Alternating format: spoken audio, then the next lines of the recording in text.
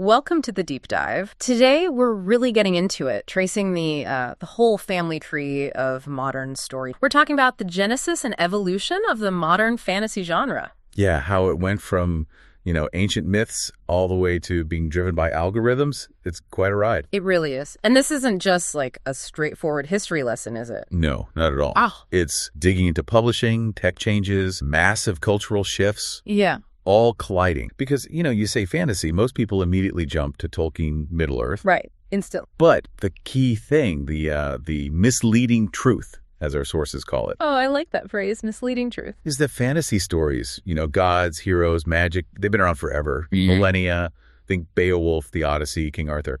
Foundational. Of course. But the modern genre, the thing you see in bookstores, on streaming, it's barely a century old, maybe less. Okay, so that's our mission today. For you listening, we want to unpack that complexity. It wasn't just Tolkien having a brilliant idea and poof, Middle-earth appeared. Definitely not pulled out of thin air. No.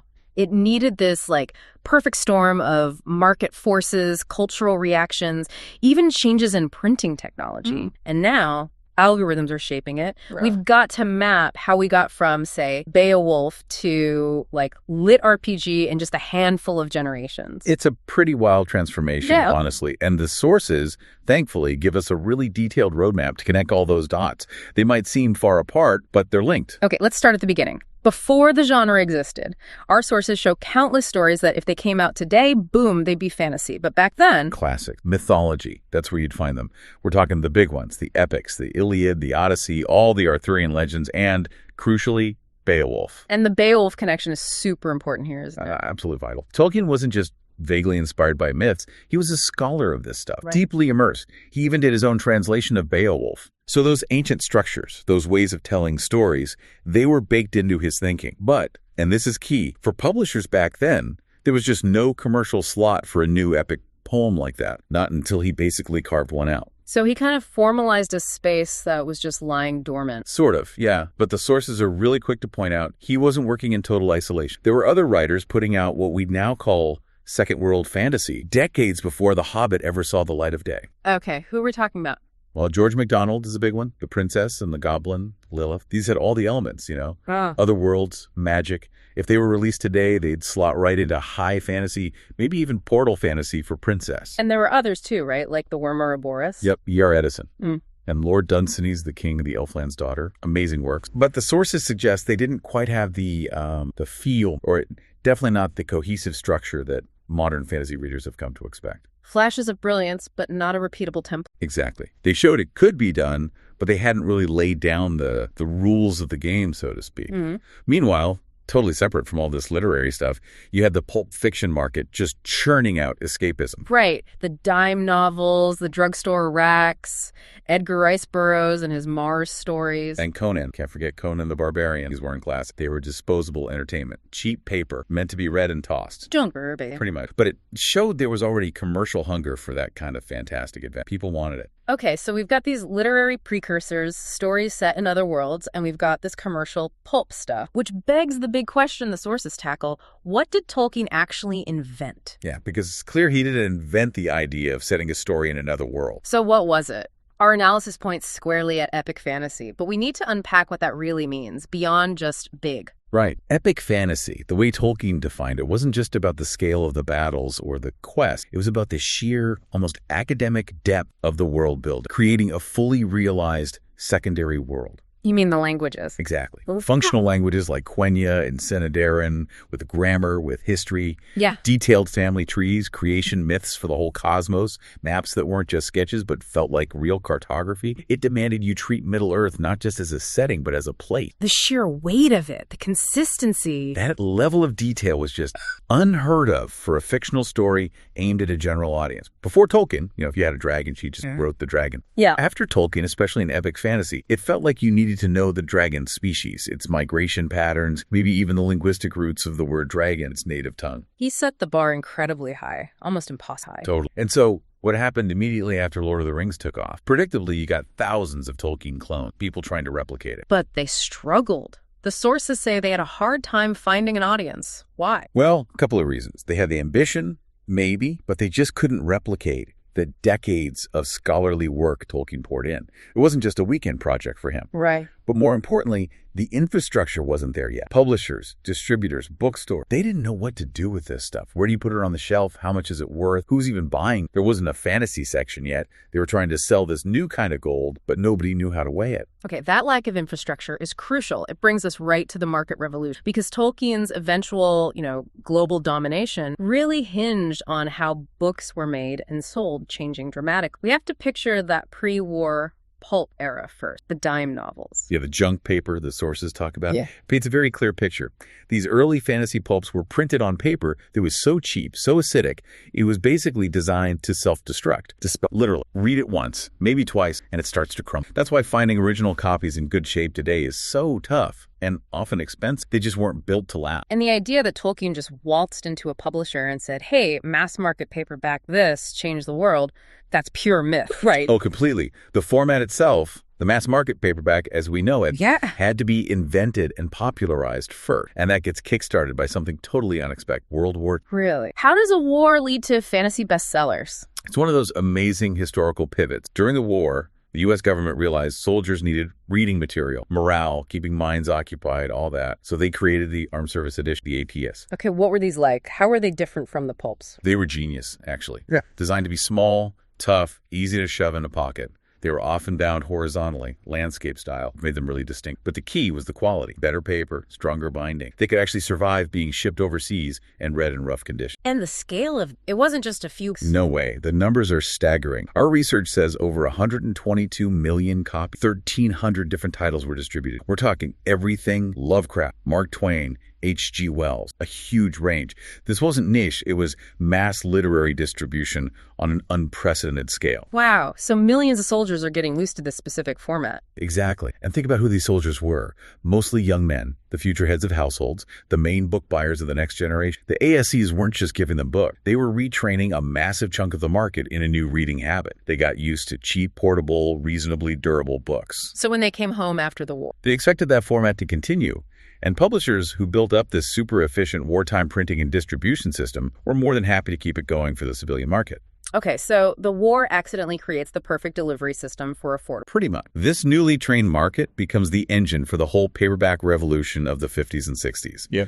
And that infrastructure was absolutely essential for the Lord of the Rings to eventually blow up like it did. Right. Let's trace Tolkien's actual commercial path. The Hobbit, back in the 30s, it did well, right? Sold out its first print run. Yeah, 1,500 copies went in about 3 months. Successful, definitely. But it was more of a children's book success, a literary event, not a pop culture earthquake. Then Lord of the Rings finally comes out in the mid-50s. How did that do initially? It did okay, but it was a struggle. It was long, dense, expensive, because it was only in hardcover. Yeah. Tolkien actually had to switch publishers because of disagreements. And the big thing, it got split into 3 volumes. Which everyone assumes was his plan. Nope. Purely economic. Printing costs, market reluctance. The publisher basically said, we can't sell this giant brick. We have to break it up. It wasn't an artistic choice at all. So the real turning point, the catalyst, is the paperback. Absolutely.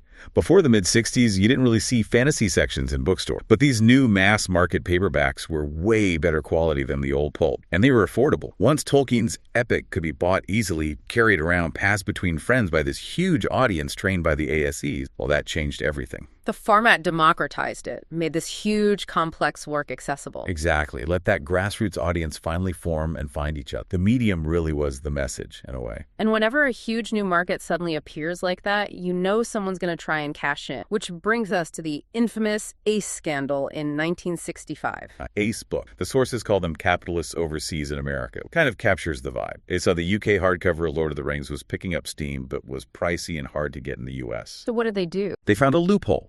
A real technicality about how copyright worked. If the book was first typeset and printed using imported sheets versus being printed entirely in the U.S. Long story short, they used this loophole to publish their own paperback edition of Lord of the Rings in America. Without permission, without paying Tolkien. Exactly. No U.S. copyright secured properly. Right. No royalties paid to Tolkien. It was incredibly brazen, frankly. Hard to imagine getting away with that today. Wow. So how did people react? This is the amazing part. This is pre-internet, remember? But somehow, a massive fan campaign mobilized. Once word got out that Tolkien was being ripped off, fans, especially college students who were a big part of the early readership, got organized. Letters, phone calls, flyers, word of mouth on campuses, organized boycotts of the Ace edition. They basically demanded that bookstores stock the authorized version. Didn't Rebecca? Yeah. They generated enough noise, consumer pressure. That Ace actually backed down. Yeah. Despite selling tons of copies, the bad PR and the hassle got so bad that Ace eventually agreed to stop printing their version and paid Tolkien a nominal fee. It was a huge victory for fans. That's incredible. A pre-internet grassroots movement actually changing a major publisher's actions. It's astonishing. And the sources point out the beautiful irony. The whole controversy ended up being fantastic free advertising. It proved beyond any doubt, this book already had a passionate, vocal, and active fan base. It cemented its cult status. The Tolkien estate is apparently still really proud of that fan campaign. So Tolkien sees Ace selling heaps of these unauthorized paperbacks. And realizes, okay, the demand for a cheap, accessible version is undeniable. He might not have liked the format aesthetically, but the market had spoken. So he finally agreed to an official. He teamed up with Ballantine Books. They put out the authorized mass-market paperback edition, and that's when sales went stratospheric, into the millions. It really took off around 1965, thanks to the fans essentially forcing the issue. Connecting this back, the sources suggest Tolkien's whole approach to Middle-earth kind of foreshadowed challenges fantasy authors. Oh, definitely. Think about supplemental material, like the Silmarillion. Tolkien normalized the idea that the main story was just the tip of the iceberg, part of a much larger, internally consistent world with its own history and lore. Which paved the way for guys like Brandon Sanderson and his Cosmere, building these huge interconnected universes where multiple series share a single detailed timeline and magic. Tolkien showed it was possible, even desirable. And the constant revisions. You mentioned The Hobbit getting changed after Lord of the Rings came out to fix the Rings' backstory. Exactly. Imagine a major author doing that today. There'd be outrage. But Tolkien kind of made it okay to keep tinkering, refining the world. Even Lord of the Rings itself had corrections and updates published as recently as 2014. It shows the level of investment, right? Epic fantasy isn't a one-and-done thing. It's what? It demands an almost scholarly relationship with your own text, which is a huge barrier to entry. And this success, driven by the paperbacks and the fans, basically forced publishers to create the fantasy genre. Right. Publishers like Ballantine started digging back, finding those pre-Tolkien works, the Brothers Grimm, George MacDonald, and rebranding, packaging them to fit this new, hungry market. They needed to fill the shelves around Tolkien, give this section legitimacy and history. So Tolkien's success didn't just launch his book, it built the house the genre would live in for decades. Perfectly put. He set the template for high fantasy that really dominated everything that followed for a long, long time. Okay, so by the 1960s, the paperbacks are everywhere, the market's established, and as the sources note, when something gets that big, culture doesn't just react in one way. Absolutely. We see these two really different, almost contradictory cultural ways hit Lord of the Rings. First, you get the counterculture, the hippie movement grabbing onto it. Which seems kind of weird, right? Tolkien was pretty conservative. Why did the hippies love it? Well, a couple of reasons, according to the research. Thematically, they saw the story of the little guy, the humble hobbit, who's looked down upon, becoming the hero who defeats this big, evil, industrial power that resonated with their anti-establishment vibe. Sauron as the man, maybe? Okay, I can see that. The Shire versus Mordor as nature versus industry. Exactly. And then there was the more surface-level reading. The sources suggest, maybe a bit cheekily, that a lot of them just saw the pipeweed and thought, yeah, man, hallucinogens. Right. Leading to the famous Frodo Lives graffiti, which became this iconic proto-meme. It just shows how art can be read in ways the author never intended. A real irony given Tolkien's own traditionalist anti-industrial views. So you've got the counterculture embracing it. But that kind of massive popularity inevitably breeds backlash, especially from within the literary. Which brings us to the 70s and Michael Moorcock. Epic Pooh. Yeah. Yeah, that landed like a bomb. Moorcock was already a successful fantasy author himself, doing very different things with his Elric saga, and he took direct aim at Tolkien. The sources call it a proto-internet hater commentary, which is funny, but also stress how important it was. It forced the genre to kind of look in the mirror. It really did. Moorcock didn't pull any punches. Yeah. He clearly put a lot of rhetorical firepower into this critique. He wasn't just griping, he was making a serious philosophical argument about what fantasy should be. Okay, let's break down his main points. The first one was about consolatory orthodoxy. Right. He basically called Tolkien's worldview, as expressed in the book, a distasteful, self-serving, misanthropic doctrine. Ouch. He felt it came from nervous, stuffy schoolmasters representing the repressed, conservative English middle class. He saw Lord of the Rings as comforting a backward-looking, fearful mindset that Moorcock felt was totally discredited by modern. So, fundamentally conservative and resistant to change. And then the most famous jab, infantilism. Yeah, that's the line everyone remembers. Lord of the Rings is Winnie the Pooh posing as an epic. He argued the Shire was just this cozy, idealized English suburbia, a retreat from the complexities of the real world, deeply childish in his view. And he didn't spare the villains either, did he? The bourgeois fear. Not at all. He described Sauron and the orcs as basically the old bourgeois boo-boo. Yeah. The middle class's irrational fear of the working class, the mob, maybe even rowdy football fans. Yeah. Mindless, destructive forces threatening their neat little gardens. So the evil wasn't profound, just a projection of social anxiety. That was his argument, that it lacked real depth. Which leads to his final point, the tea garden analogy. How did that go? He said writers like Tolkien lead you right up to the edge of this terrifying abyss, this confrontation with real darkness, only to point out that there's an excellent tea garden at the bottom. And don't worry, the steps down are sturdy, the handrails are just a trifle shaky. His point was that Tolkien ultimately offered comfort and reassurance, pulling back from truly exploring moral ambiguity or the bleakness of existence. That's a pretty stinging critique. Did it land? Did people take it seriously? Oh, hugely influential. Maybe not universally agreed, but it forced a conversation. The sources argue Moorcock's own work, which was much darker and more cynical, provided a necessary counterweight. He was already exploring things like depression, addiction, existential dread in his Elric books back in the early 70s. So he was practicing what he preached in terms of thematic depth. Right. Whether you liked his prose or not, he was committed to showing that fantasy could tackle complex adult themes. His critique basically threw down the gauntlet, challenging the genre to grow up and grapple with moral grayness. And we should add, the sources also note that labeling Tolkien's own politics is tricky. He wasn't easily boxed into conservative or progressive in today's term. His views were Very true.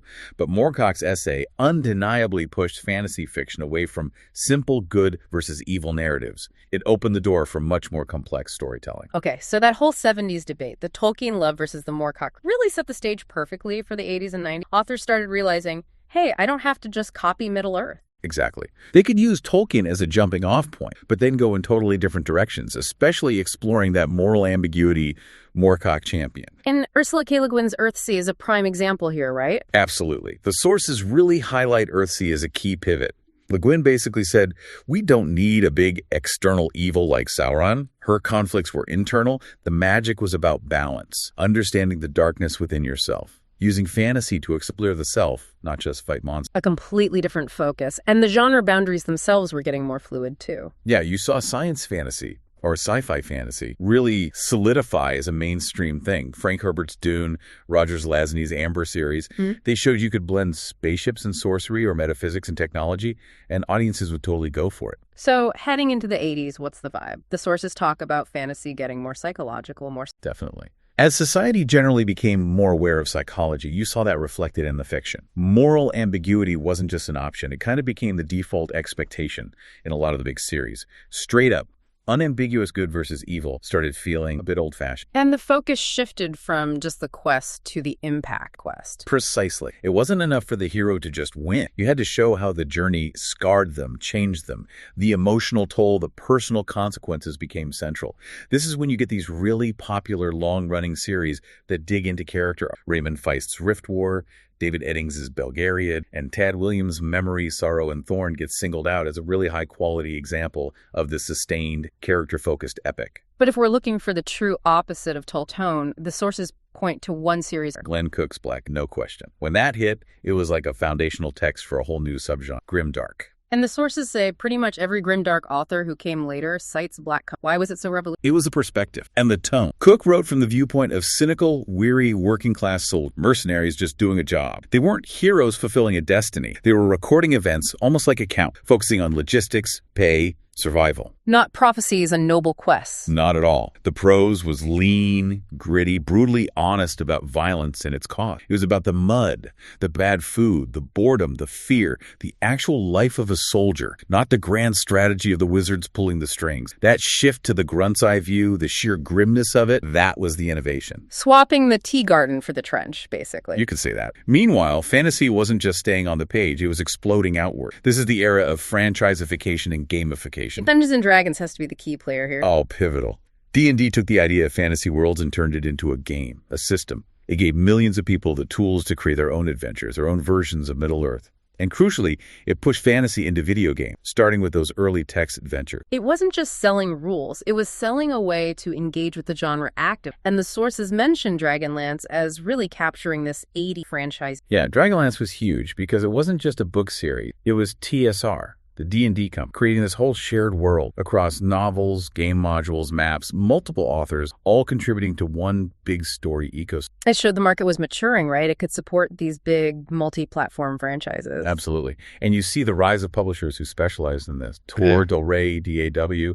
They weren't just printing random fantasy books. They were actively cultivating the genre, building author careers, launching these multi-book sagas, and really maximizing fantasy's commercial potential. The machine was definitely up and running. Okay, fast forward. Turn of the millennium. The internet changes. Well, everything. What did that mean for fantasy? Speed and scale, mostly. And initially, more room for weirdness. As the 90s bled into the 2000s, publishers seemed more open to experimentation. You get movements like the new weird taking root. Think China, Meeville's Perdido Street Station, these incredibly dense, Baroque, politically charged urban fantasies. The sense was weird can sell. But the real game changer was the internet becoming ubiquitous. And the sources point to one series hitting at exactly the right moment. Harry Potter. Yeah. You could argue there are two huge bangs in fantasy post-Tolkien, Lord of the Rings itself and Harry Potter. The sources are pretty clear. Without the internet taking off just as Pottermania hit, it might have been just a huge success, like, say, Percy Jackson. Yeah. Hugely popular, but maybe not the global cultural phenomenon it became. How did the internet amplify it so much? Virality.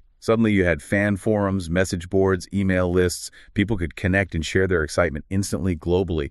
It acted like this massive, unpaid, decentralized marketing team. The buzz built exponentially online in a way that just wasn't possible before. And you saw specific internet culture things pop up around it, right? Oh, yeah. The midnight release parties at bookstores like Borders becoming huge social events documented online. And spoilers, the whole Snape killed Dumbledore thing being screened from cars, driving past bookstores that was like a proto-meme, showing how fast information, even unwanted information, could spread. And fanfiction exploded too. Massively. Yeah. Platforms like Archive of Our Own, fanfiction.net, they became central hub. Fanfic went from a kind of niche underground thing to a major way fans engaged with the story, extended it, critiqued it, made it their own. All fueled by the internet's connectivity. So post-2000s, the landscape just diversifies like crazy. Totally. Alongside the big epics that were still coming out. Yeah. A Song of Ice and Fire, Sanderson stuff. You had lower fantasy, smaller scale stories like Scott Lynch's Gentleman Bastard, really thriving. And urban fantasy, paranormal romance. Huge shift there. They went from being relatively small subgenres to absolute mainstays, dominating bestseller lists. A lot of that was helped by TV action. Shows like Buffy the Vampire Slayer, Supernatural. They made fantasy set in our world incredibly popular and accessible. Books like Jim Butcher's Dresden File rode that wave perfect. And the internet also opened doors for different kinds of stories, different voices. Critically important point. The internet gave platforms, gave microphone to writers from marginalized communities who might never have gotten past the traditional publishing gatekeepers before. This led to a much wider range of perspectives. The normalization of, say, queer characters and relationship, and the rise of explicitly political fantasy tackling issues of power, race, oppression. Authors like N.K. Jemisin becoming major award winners. Which brings us pretty much up to date into what the sources call the algorithmic shift. The internet isn't just a community tool anymore, it's the main gatekeeper. Yet this is the current reality. Genres are now cycling incredibly fast. Trends blow up and sometimes burn out way quicker than they used to. Cozy fantasy, which is all about low stakes and comfort, appeared and ballooned almost overnight. Grim Dark had its peak. Now, lit RPG novels that read like playing a video game is exploding. And this speed is driven by the platform. Essentially, yes. Amazon's Kindle, Audible. Their algorithms are incredibly powerful. What they choose to show you based on your past behavior and what's trending largely dictates what becomes visible and therefore what sells. Success becomes about discoverability within the algorithm. And this is actually changing how authors write. It seems so. We're seeing evidence that authors are consciously writing to optimize for search terms and tags on these platforms, making sure their book hits the right keywords so the algorithm picks it up. And audiobooks being the fastest growing format. That's affecting prose style. So, shorter sentences, less description. Kind of. Think about listening while driving or doing chores. Long, dense paragraphs of description, like Tolkien loved, can be hard to follow. So maybe shorter chapters, more dialogue, clearer internal thoughts, more immediate hook, things that work better when consumed passively through audio. The format is shaping the content. And then there's the pressure of adaptation. Movies, TV shows. Big time. The sources suggest authors, especially those aiming for big commercial success, are structuring stories with adaptation potential in mind right from Thinking about. Yep. Maybe avoiding really out there, expensive to visualize concepts. If you create a race of sentient gas clouds that communicate through color shifts, that's probably going to be animation, which might be seen as less lucrative than live action. So maybe you stick to elves and dwarves because they're easier cheaper to put on screen. It's writing with one eye on the potential TV. Which is just fascinating when you contrast it with where we started. Tolkien writing this deeply personal, anti-industrial, anti-modern state. And now you have authors crafting stories partly as pitches, designed for easy algorithmic discovery and screen adaptation. The fundamental intent behind the writing has shifted dramatically for a large part of the market. The modern author is part artist, part marketer, part potential showrunner. It's a whole new skill set required. Hashtag tag outro. Wow. Okay, that was quite the journey. We've gone from ancient myths through Tolkien accidentally creating a genre, survived literary battles, saw fans literally force publishers' hands, embraced darkness and complexity, gamified everything, and now landed in this age where algorithms and adaptation potential are huge driving forces. It really is a complete arc, isn't it? Yeah. And the sources strongly suggest that the way we usually think about it just before Tolkien and after Tolkien might be outdated now. Future historians will probably look back and see 3 clear eras. Which are? Before Tolkien, obviously. Then post-Tolkien, which covers that whole paperback revolution era, say the 40s through to the late 90s or early 2000s. And now, we're firmly in the after the internet era. Meaning the fantasy being written today operates under fundamentally different rules and pressures than the stuff from the 70s. Exactly. The intent, the market strategy, the influences, they're just different. And look, while some critics might sniff at market trends like the huge boom in romantic fantasy or cozy read, feeling maybe artistically impure or whatever, yeah, the sources also point out that this market freedom, this algorithmic churn, it also kicks ass, to quote one.